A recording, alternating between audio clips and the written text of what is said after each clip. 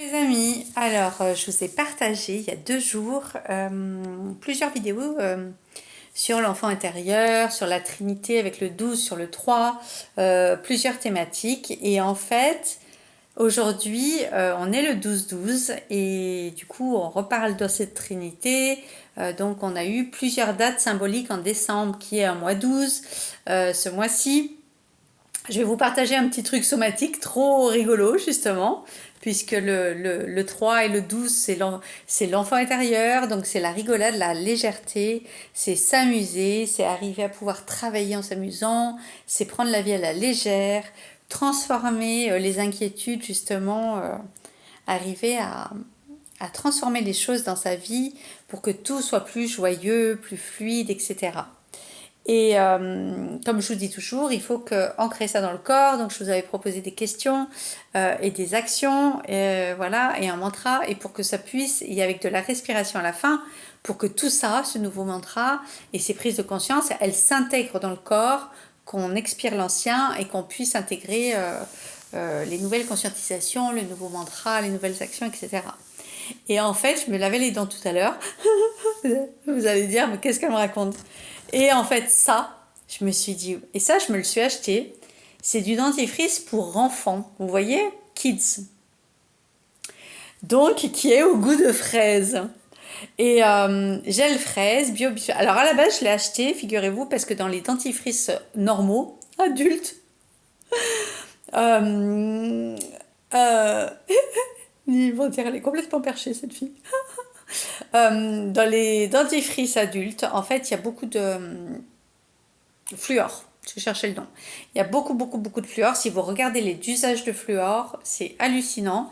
Et en fait, maintenant, aujourd'hui, on sait que le fluor, c'est pas bon du tout, pour plein de choses. En fait, ils en mettent beaucoup trop. Et notamment pour tout ce qui est intuitif, pour le troisième œil, pour la glande pinéale, tout ce qui est fluor, c'est pas bon du tout.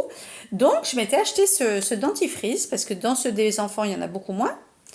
Et, et de temps en temps, j'alterne. J'aime bien m'en servir de temps en temps. Et là, je sais pas, ça faisait quand même assez longtemps que je m'en étais pas servi.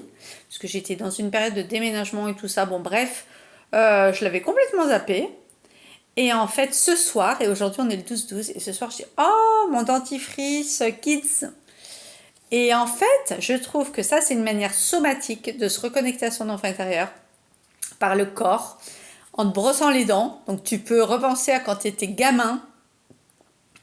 Parce que, alors pourquoi? Je vais vous expliquer. Parce qu'en fait, le goût, c'est un sankalpa. Le goût, c'est comme le parfum. Et d'ailleurs, j'ai un rituel très puissant que je vous partagerai sur les ateliers l'année prochaine. Parce que les parfums et le goût, ça nous ramène instantanément, c'est la fameuse Madeleine de Proust, à notre enfance, à un truc qu'on a adoré et tout. Et se laver les dents avec un dentifrice pour enfants, eh bien, au niveau somatique, ça ramène tout de suite l'émotion. Alors, vous allez me dire, ça peut être agréable ou pas agréable, mais l'idée, c'est justement de le faire en conscience. Donc, que ce soit, justement, faites le test, et ça m'intéresserait de savoir, est-ce que c'est agréable ou pas agréable? Faites-le en toute ouverture de cœur pour voir. Et autorisez-vous régulièrement à vous laver les dents avec du dentifrice pour enfants ou celui avec lequel vous vous laviez les dents quand vous étiez petit, si jamais vous arrivez à savoir, et à vous remettre dans cette condition-là, dans ce moment-là, dans cet instant-là. De vous revoir, de vous imaginer avec ce goût en bouche. Je vous propose, c'est vraiment des expériences somatiques en fait. Hein. C'est très sérieux, hein, ce dont je vous parle. Ça a l'air un peu comme ça folklorique, mais non, c'est très sérieux. Et de voir à quoi ça vous connecte. Déjà, si c'est un bon souvenir ou un mauvais souvenir. Et ensuite, eh ben moi, je trouve que ça nous permet comme de nous autoriser.